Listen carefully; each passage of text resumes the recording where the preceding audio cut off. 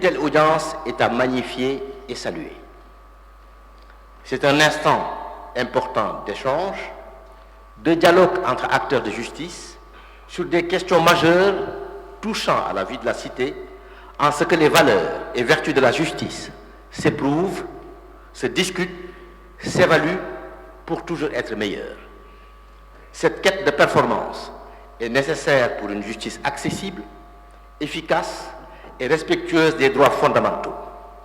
Cette quête d'excellence est toujours recherchée pour une justice indépendante, crédible, au service du citoyen au nom de qui elle est rendue. Monsieur le Président de la République, Président du Conseil supérieur de la magistrature, j'ai pu noter avec respect votre souci constant d'incarner l'État, de renforcer les valeurs qui fondent notre commune volonté de vivre ensemble en tant que nation et d'inviter chaque Sénégalaise, chaque Sénégalais à s'impliquer pour son pays et quérir légitimement un avenir meilleur. Vous l'avez compris, la République est un bloc qui ne peut souffrir du délitement de ses institutions qu'il faut nécessairement protéger. En cela, vous incarnez ce qui nous unit tous, le Sénégal. Le barreau du Sénégal que je représente aujourd'hui vous salue et sait que vous êtes particulièrement attaché à ces valeurs. Madame le garde des Sceaux, ministre de la Justice, vice-président du Conseil supérieur de la magistrature, vous êtes installé dans vos fonctions depuis quelques mois et j'ai pu apprécier avec intérêt, lors de nos échanges et entretiens, que vous êtes à l'écoute des acteurs judiciaires, soucieuses, comme vous l'avez indiqué, d'un service public de la justice de qualité. Soyez-en remerciés et assurés en même temps que le barreau se tient à votre disposition pour vous accompagner dans le renforcement d'une justice forte, crédible et indépendante.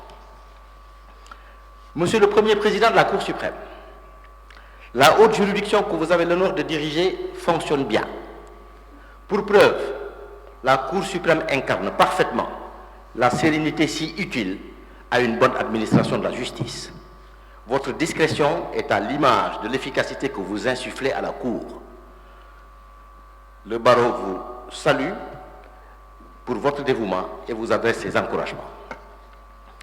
Monsieur le procureur près la Cour suprême, procureur général près la Cour suprême, nous vous connaissons depuis quelques décennies et pouvons attester, comme l'a soutenu d'ailleurs votre condisciple de lycée, le bâtonnier Papa Leyti Ndiaye, de votre rigueur reconnue en tant que magistrat.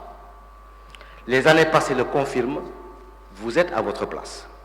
Le barreau est rassuré et vous réitère ses encouragements à toujours mieux servir cette prestigieuse institution. Monsieur le Président de la République, le thème qui nous est soumis aujourd'hui, le juge face au défi du numérique, pose avec une acuité déconcertante une véritable remise en cause de la démarche du juge, fondée sur des acquis issus de décennies, voire de siècles de pratique, en même temps qu'il nous impose un saut dans l'inconnu. L'intrusion du numérique dans notre pratique quotidienne bouleverse nos comportements, nos habitudes et transforme progressivement notre administration, notre économie et bien sûr, le monde judiciaire n'y échappe pas. Le juge sénégalais est et restera confronté à des défis spécifiques dans le traitement des litiges comme dans l'organisation et le fonctionnement du service public de la justice. La synergie attendue des différents acteurs du système judiciaire, notamment des avocats, pour une compréhension commune du numérique et de son appropriation n'est pas acquise. Elle devra être élaborée, discutée, partagée et soigneusement mise en œuvre pour un service public de qualité. La première difficulté reste la gestion efficace d'un contentieux nouveau et plus complexe, mais également l'utilisation optimale du nouveau mode de gestion du contentieux qu'induit le numérique. Quelques remarques évidentes. Les infractions liées à la cybercriminalité explosent comme les escroqueries en ligne, le piratage et même l'usurpation d'identité, particulièrement difficiles à poursuivre et réprimer.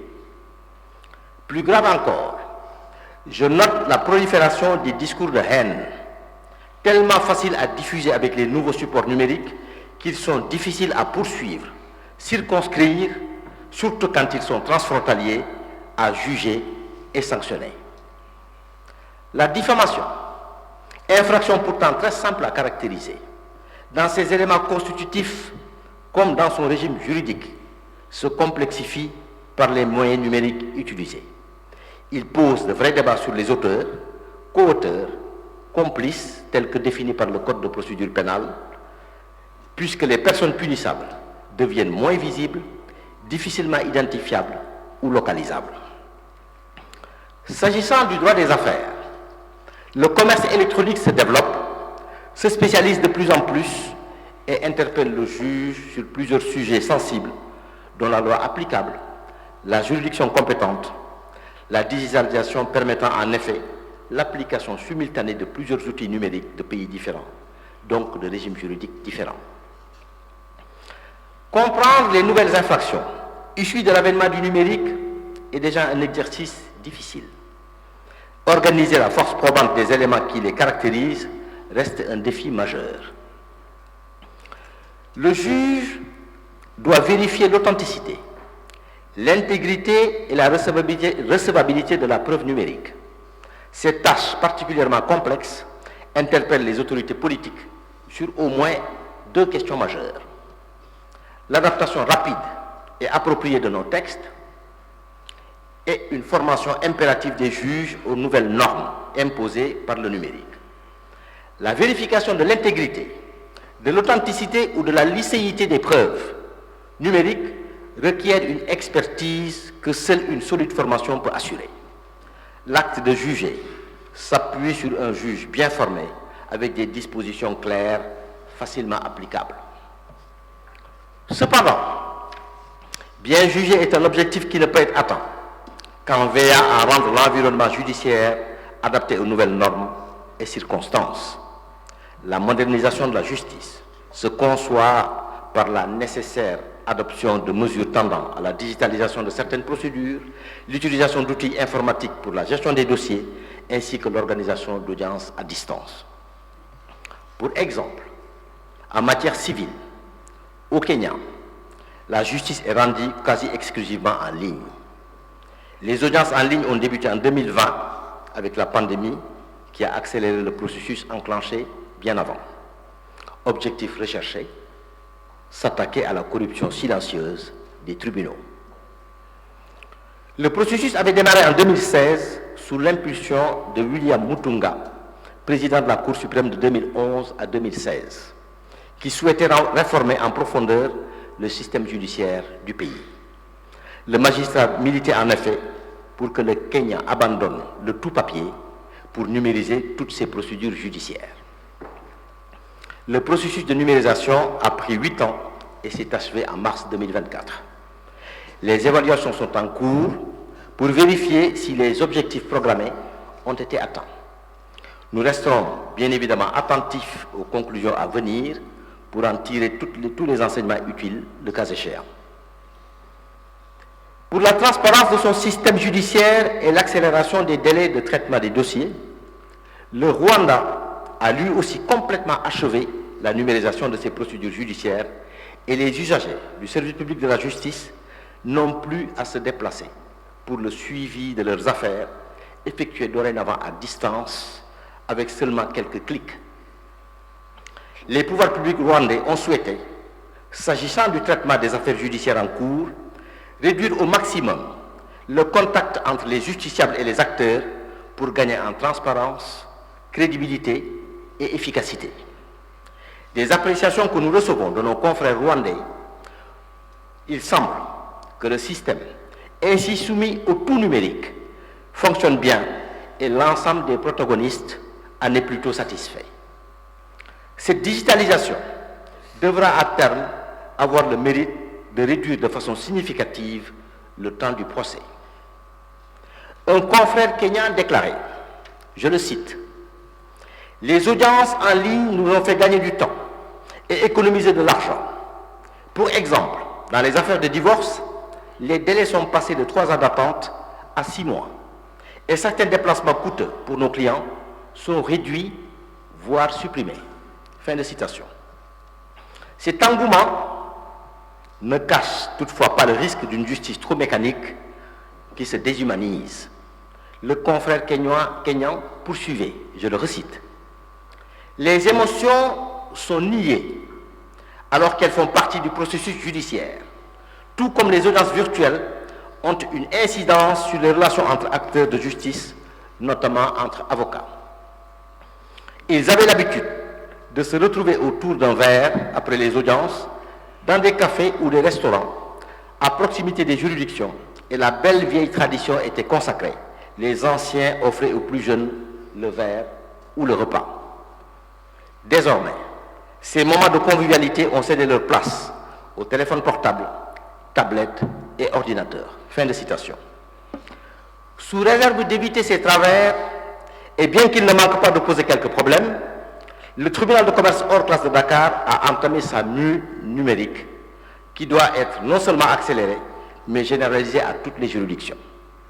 Cependant, j'ai le devoir à la vérité de dire que si les bénéfices du numérique pour le juge, comme pour le service public de la justice, à savoir célérité, efficacité et accessibilité, sont indiscutables, un réajustement de toutes les composantes du service public est un impératif. Monsieur le Président de la République, j'ai pu assister avec une vraie fierté au lancement du New Deal technologique l'année dernière par l'État du Sénégal. Les ambitions affichées pour un monde numérique accessible à chaque Sénégalais devraient résoudre la lancinante inégalité des usagers dans l'accès au service public de la justice, tant pour les facultés délivrées que pour la dotation des juridictions de moyens numériques adéquats. L'un des défis les plus importants à relever est d'éviter la fracture numérique entre les zones urbaines et rurales, et surtout entre riches et pauvres. L'équité sociale est une valeur qu'il faut absolument préserver. L'égal accès aux services numériques doit sauvegarder aussi le principe du contradictoire dans toutes les étapes du procès et plus globalement les droits de la défense. Outre la préservation de l'égal accès des citoyens à la même justice, le juge doit donc veiller à ce que la numérisation attendue et souhaitée ne porte pas atteinte aux principes fondamentaux d'un procès équitable. La complexité de son rôle tient à ces deux statuts différents et complémentaires à la fois, être juge du numérique et juge dans le numérique. Vous l'aurez compris, l'avènement du numérique bouscule des habitudes, éprouve des règles, bref, va changer les comportements. À ce propos, l'intelligence artificielle, surtout dans sa conception générative, exige du juge une approche prudente, particulièrement soucieuse des principes qui régissent son indépendance. Le juge ne peut pas déléguer son raisonnement à un algorithme et verser dans la justice prédictive qui se borne à restituer des données ingurgitées et à donner des stratégies sur la base de probabilités. La qualité d'une bonne justice ne peut dépendre d'un bon ou d'un mauvais prompt. De même, la phase de poursuite, première étape du procès pénal, ne relève pas des facultés d'une machine.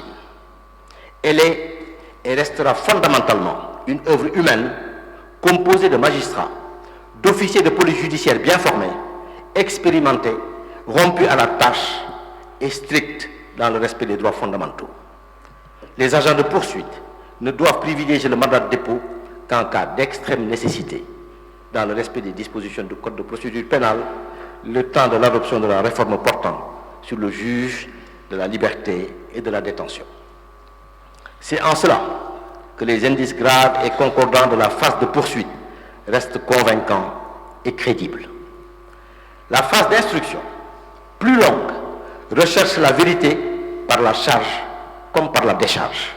Elle restera l'œuvre d'un homme acharné à cette recherche et qui exécutera ses missions avec le sens particulier du respect des droits des parties.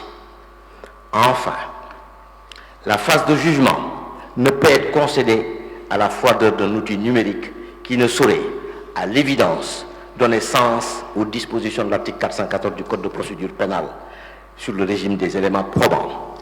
Être juge, c'est assurément une fonction plus humaine, plus délicate, dans laquelle le juge écoute, comprend, ressent, apprécie la meilleure façon d'appliquer la loi suivant les preuves nécessairement discutées devant lui. Autrement, pourquoi plaiderait-on? Pour la bonne décision, évidemment. N'en doutez pas, une décision n'est pas juste parce qu'elle est une décision. C'est parce qu'elle est juste qu'elle est une bonne décision. Comme le dit M. Cheikh Mbacké Guissé dans son discours, nous avons une grande opportunité de placer le juge au cœur de l'écosystème numérique sans neutraliser l'essence même de l'acte de juger. Pour y parvenir, le juge, comme l'avocat, doit veiller à son indépendance, à sa déontologie et à son sens élevé, au sens élevé de sa responsabilité. Monsieur le Président de la République, une justice performante, défi du numérique lui-même, induit une défense debout et forte. C'est tout le sens donné à l'ouverture de l'accès à la profession d'avocat par le recrutement de 75 élèves avocats qui, je l'espère sincèrement, viendront enrichir ce barreau déjà composé de brillants confrères. L'école des avocats, située à Diamniadio, fera l'objet de la pose imminente de la première pierre pour des travaux qui vont démarrer dans quelques semaines. Cette école, pour la qualité de ses ouvrages et les modules de formation proposés, sera une référence dans la sous-région. Les dotations à l'assistance judiciaire, attendues sans délai, permettront aussi aux justiciables un accès facilité à la défense, donc à la justice. L'Ordre des avocats du Sénégal a, pour sa part, entamé sa mutation numérique depuis 2013 sous le magistère du bâtonnier Ahmed Ba, processus toujours en cours avec comme objectif une performance soutenue au quotidien. Monsieur le Président de la République, j'ai pu relever, tout comme toute la délégation qui m'accompagnait, lors de l'audience que vous avez bien voulu nous accorder, votre sens profond de l'écoute, et vous nous avez compris. Nous ne doutons donc point de l'accompagnement de l'État dans les différentes fonctions qui fondent la part active de l'Ordre des avocats du Sénégal dans l'exécution des missions de service public de la justice qui lui sont dévolues. Ces missions doivent, quoi qu'il advienne, avoir pour objectif la préservation et le renforcement de la confiance de l'usager en sa justice et une collaboration entre acteurs de justice fondée sur la loyauté, la performance et le dévouement. Le barreau du Sénégal, affirmant avec force son indépendance, entend jouer son rôle dans la préservation et le développement d'une justice forte, indépendante, au service exclusif du peuple sénégalais.